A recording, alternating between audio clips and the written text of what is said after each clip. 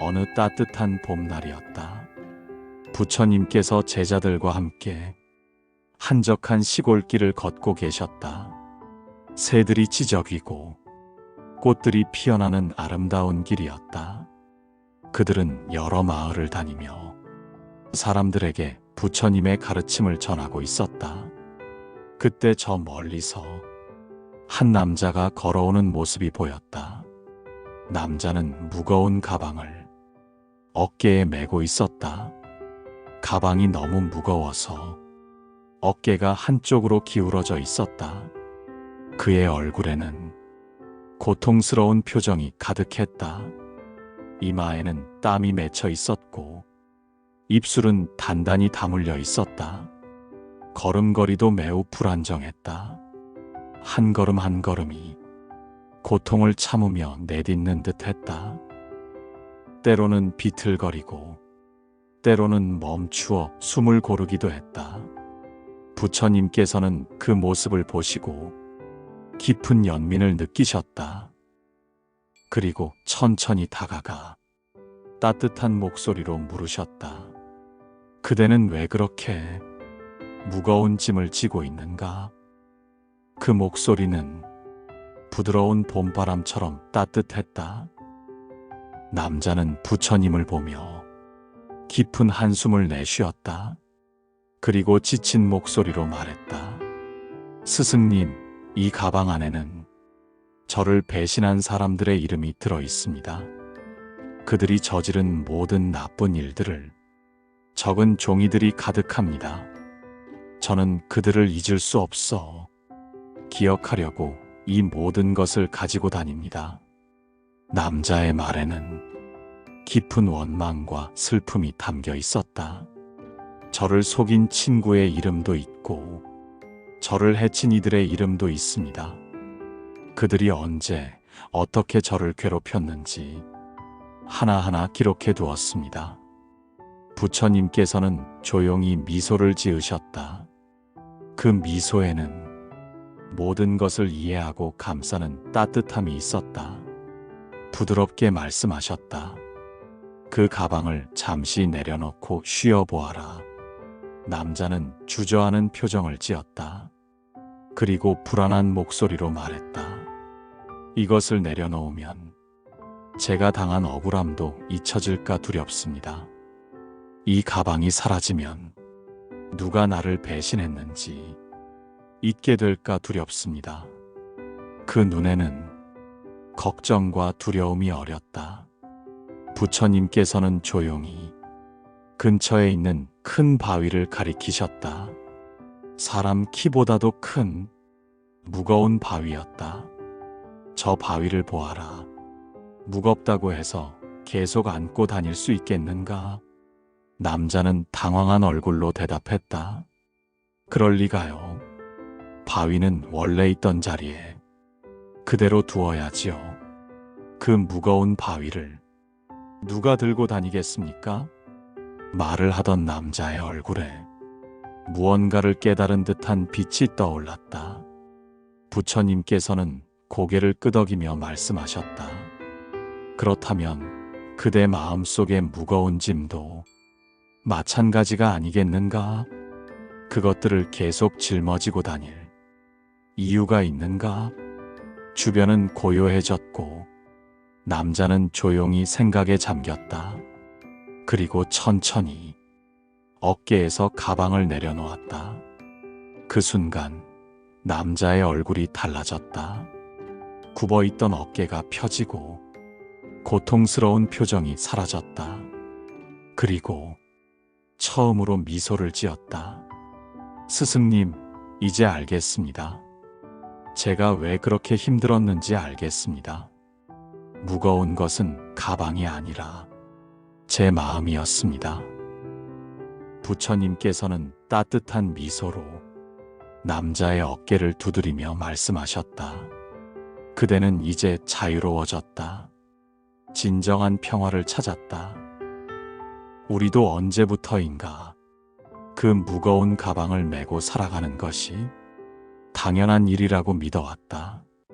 상처를 놓으면 잊게 될까봐, 잊으면 억울함마저 사라질까봐 자꾸만 그 기억을 되새기고 마음속 깊이 꾹꾹 눌러 담아왔다. 하지만 마음의 짐을 계속 쥐고 있는다고 해서 그 일이 바뀌는 것은 아니다. 오히려 지금 내 앞에 있는 평온한 하루를 흐리게 만들 뿐이다. 누군가에게 받은 상처를 기억하는 것과 그 상처를 품고 살아가는 것은 다르다. 기억은 남겨두더라도 그 감정에 매달릴 필요는 없다. 가방을 내려놓는다고 해서 그 고통이 사라지는 것은 아니다. 그러나 마음에 공간이 생기고 그 안에 새로운 평화가 들어올 수 있게 된다. 그동안 애써 참아낸 당신의 마음은 충분히 잘 견뎌왔다. 그러니 이제는 조금 가볍게 스스로를 안아줘도 괜찮다. 용서는 누군가를 위해 억지로 하는 일이 아니다. 더 이상 그 사람의 그림자에 갇히지 않기 위해 내가 나 자신에게 건네는 잡이다. 우리는 때때로 과거의 고통에 너무 집중한 나머지 지금 이 순간 피어있는 꽃들을 보지 못한다.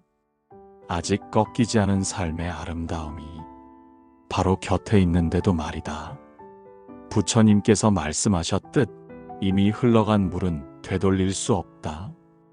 그러니 흘러간 것에 집착하지 말고 지금 흐르고 있는 방향을 바라보아야 한다. 삶은 언제나 현재에 있다. 과거의 돌을 쥐고 있으면 앞으로 나아갈 수 없다. 놓아야 한다. 그리고 걸어가야 한다. 비로소 그 길 끝에서 우리는 진정한 자유를 만날 수 있다. 부처님께서는 가방을 내려놓은 남자를 따뜻하게 바라보시며 다시 제자들을 둘러보셨다. 그리고 조용히 또 다른 이야기를 들려주셨다. 한 사냥꾼이 있었다. 그는 활을 쏘았는데 그 화살이 강물에 떨어지고 말았다. 제자들은 조용히 귀를 기울였다. 사냥꾼은 당황하여 화살을 되찾기 위해 강물 속으로 뛰어들었다. 하지만 강물은 끊임없이 흘렀고 화살은 이미 저 멀리 떠내려가고 있었다. 그럼에도 불구하고 그 사냥꾼은 포기하지 않았다. 화살을 되찾겠다는 생각 하나로 온종일 강을 헤매었다. 부처님께서는 잠시 말을 멈추시고 제자들의 눈을 바라보셨다. 이제 생각해 보아라.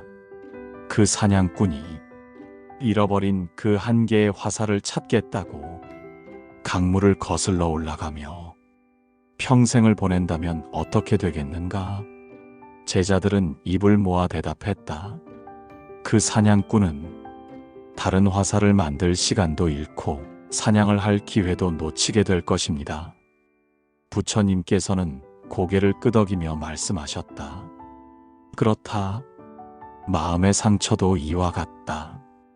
이미 흘러간 과거의 일, 떠내려가 버린 말, 사라진 관계, 그것들을 되찾기 위해 평생을 거슬러 올라가며 살아간다면 우리는 지금 이 순간의 기회를 계속해서 놓치게 된다. 조용한 바람이 스쳐갔다. 제자들은 고개를 숙이며 부처님의 말씀을 곱씹었다.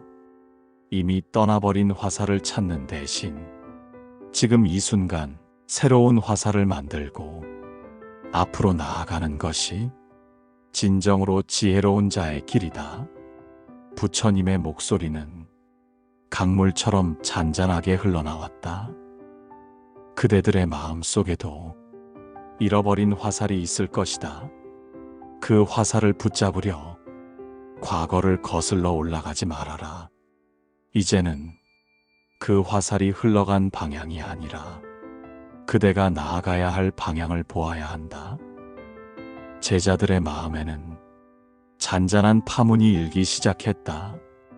부처님의 가르침은 상처를 다독이고 굳게 쥐고 있던 마음의 화살을 서서히 놓게 만들었다. 그리고 그렇게 또 하나의 무거운 짐이 강물에 흘러갔다. 우리는 살아가면서 종종 사냥꾼처럼 잃어버린 화살을 되찾기 위해 끝없는 강물 속을 거슬러 오르려 한다.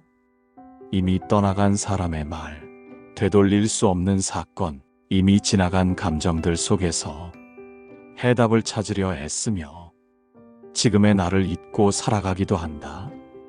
그러나 인생은 되감아 돌릴 수 있는 테이프가 아니다. 되돌아가 무언가를 되찾을 수 있는 강이 아니다. 그럼에도 우리는 마음속으로 그 화살을 붙들고 놓지 못한다. 왜 그랬을까? 어떻게 하면 되돌릴 수 있을까 하는 생각에 밤을 지새우기도 한다. 하지만 부처님께서는 말씀하셨다. 이미 흘러간 것은 흘러가게 두고 지금 여기에서 새로운 화살을 만들라고 하셨다. 진정한 지혜는 잃어버린 것을 되찾으려 애쓰는 것이 아니라 지금 있는 것을 바탕으로 새로운 길을 만들어가는 데 있다. 일상에서도 우리는 잊을 수 없는 상처나 기억에 사로잡혀 오늘의 소중한 순간들을 놓칠 때가 많다. 누군가의 말 한마디가 계속 머리에 맴돌고 실패했던 한 사건이 계속 발목을 붙잡고 떠나간 인연에 대한 미련이 지금의 만남을 흐리게 만든다. 그러나 오늘을 살아야 내일이 열리고 지금을 돌보아야 앞으로 나아갈 힘이 생긴다. 지나간 화살은 놓아주어야 한다. 그 화살은 더 이상 나를 위해 날아오를 수 없기 때문이다. 대신 나는 지금 내 손에 들려있는 것들을 바라보아야 한다. 아직 남아있는 시간, 지금 내 곁에 있는 사람, 오늘 내가 할 수 있는 일, 그것이야말로 내 삶을 바꾸는 진짜 화살이다. 부처님의 말씀처럼 이미 흘러간 방향이 아니라 지금 내가 나아가야 할 방향을 보는 것, 그것이 바로 지혜다. 그리고 지금 이 순간 그 방향은 당신의 앞에 조용히 놓여 있다. 어느 마을에 아름다운 정원을 가꾸는 정원사가 있었다. 그의 정원에는 사계절 꽃이 피고 나무마다 생기가 가득했다. 그는 매일 아침 햇살보다 먼저 일어나 정원을 돌보는 것이 삶의 기쁨이자 평화였다. 그런데 어느 날 밤 누군가가 몰래 들어와 그가 아끼던 꽃들을 짓밟고 나무를 꺾고 떠났다. 다음 날 아침 정원사는 무너진 정원을 바라보며 할 말을 잃었다. 그는 충격과 분노에 사로잡혀 며칠을 괴로움 속에 보냈다. 그는 범인을 찾아야겠다는 생각으로 의심과 추측 속에서 온 마을을 돌아다녔다. 그러던 중 길을 지나던 한 스님을 만났다. 정원사는 쏟아내듯 자신이 겪은 일을 이야기했다. 조용히 그의 말을 들은 스님은 짧은 한마디를 건넸다. 그대가 범인을 찾는 동안 그대의 정원은 어떻게 되고 있는가? 그 순간 정원사는 고개를 숙이고 말했다. 스님, 제가 어리석었습니다. 이미 꺾인 꽃에만 신경 쓰느라 살아있는 꽃마저 제대로 돌보지 못했습니다. 스님은 빙긋이 웃으며 말했다. 지금 깨달았으니 늦지 않았다. 과거의 상처를 붙드는 것보다 지금 눈앞의 소중한 것들을 지키고 돌보는 것이 더 지혜로운 선택이다. 우리의 삶에는 누구나 가꾸고 있는 정원이 있다. 그 정원은 내가 소중히 여기는 사람들, 조금씩 쌓아 올린 노력, 하루하루 정성껏 살아낸 시간으로 이루어진다. 그런데 어느 날 누군가가 예고 없이 다가와 그 정원을 망가뜨릴 수도 있다. 말 한마디로 마음을 짓밟고 행동 하나로 쌓아온 신뢰를 무너뜨릴 수도 있다. 그 상처 앞에서 우리는 흔들린다. 분노가 치밀고 억울함이 솟구친다. 누가 이런 짓을 했는지 찾아내고 싶고 그 사람에게 나의 고통을 증명하고 싶은 마음이 들기도 한다. 그러나 중요한 것은 그 순간, 지금 내 삶의 정원은 어떻게 되고 있는가를 돌아보는 일이다. 이미 짓밟힌 꽃만 바라보다 보면 남아있는 꽃들마저 시들게 된다. 이미 꺾인 가지에만 집착하다 보면 다시 피어날 가능성마저 놓치게 된다. 삶은 언제나 지금 이 순간에 있다. 우리가 마음을 기울이는 곳이 곧 우리의 삶이 된다. 아무리 상처가 크다 해도 지금 내가 할 수 있는 건 복수가 아니라 돌봄이다. 이미 받은 상처를 곱씹는 대신 지금 남아있는 평화를 지키는 쪽을 선택해야 한다. 우리는 매일 크고 작은 사람들과 부딪히며 살아간다. 직장에서 상사의 말 한마디에 마음이 다치고 가족과의 대화 속에 오해가 생기기도 하며 사랑하는 사람의 무심함에 실망하는 날도 있다. 그때마다 우리는 왜 나에게 이런 일이 생겼을까라는 질문에 갇혀 하루를 통째로 상처 속에 묻어두곤 한다.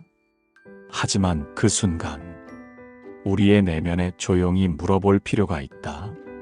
지금 나는 내 마음을 잘 돌보고 있는가?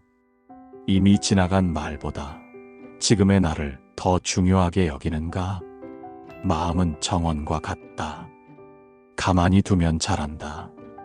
하지만 신경 쓰지 않으면 금세 잡초가 무성해진다. 분노와 원망이라는 잡초가 마음을 덮어버리기 전에 아직 살아있는 감정들을 보살펴야 한다.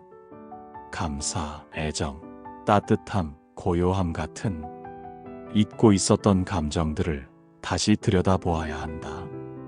지금 내 마음 안에 무엇이 피어나는지, 그리고 내가 어떤 씨앗을 심고 있는지 자주 돌아봐야 한다.